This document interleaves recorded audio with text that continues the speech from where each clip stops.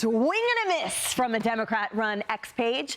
The DNC tried slamming President Trump in a now-deleted post, showcasing the cost of groceries skyrocketing.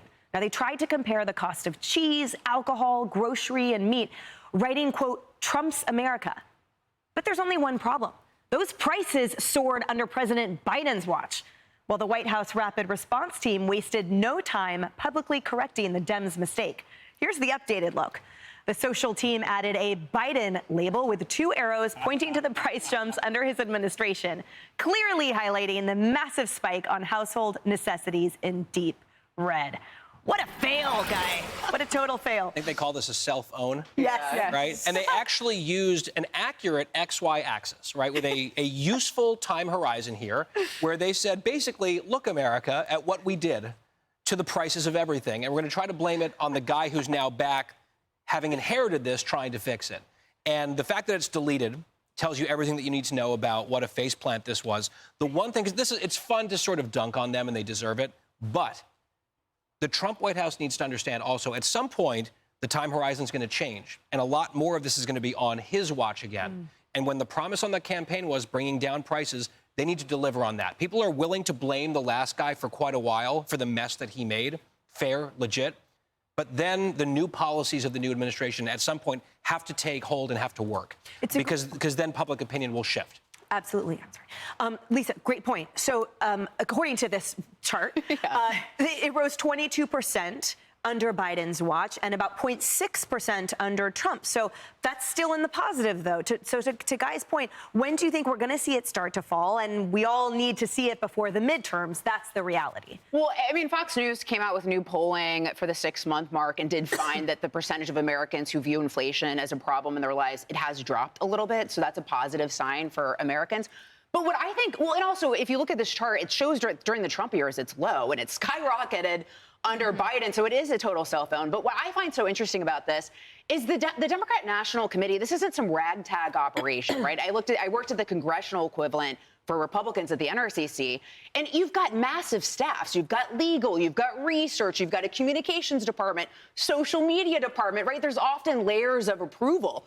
So the fact that someone said that this is fine, it probably had to get approval from above as well. I mean, it's not just some intern putting this out.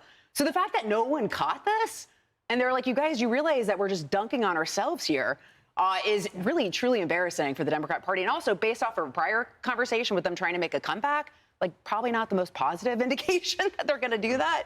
I think this dovetails into our prior conversation, Alicia, where the delusion is an infection.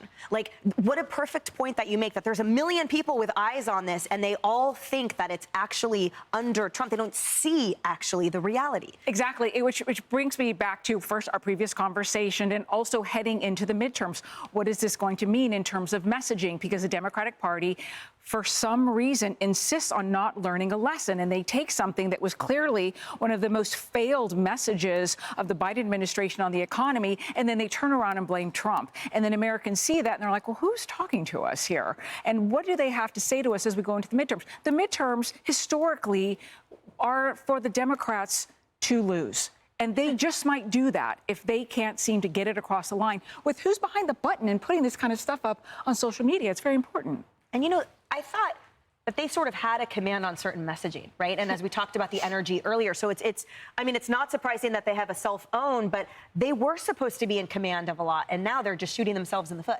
Yeah, I don't think they've ever really had a command. I think that some of them in the party are great at social media. AOC, Mamdani, they are good at social media when they're lying and talking about free things. But this just goes back again to why they drop the F-bomb all the time and why they're trying to be hip, making TikTok videos, choose your fighter, and putting this out even though they're owning themselves. They think that they are so masterful at owning Trump, and they are owning themselves, but this is just, again, their disingenuous way to try to be hip and young and cool, and it's not working because it's not authentic.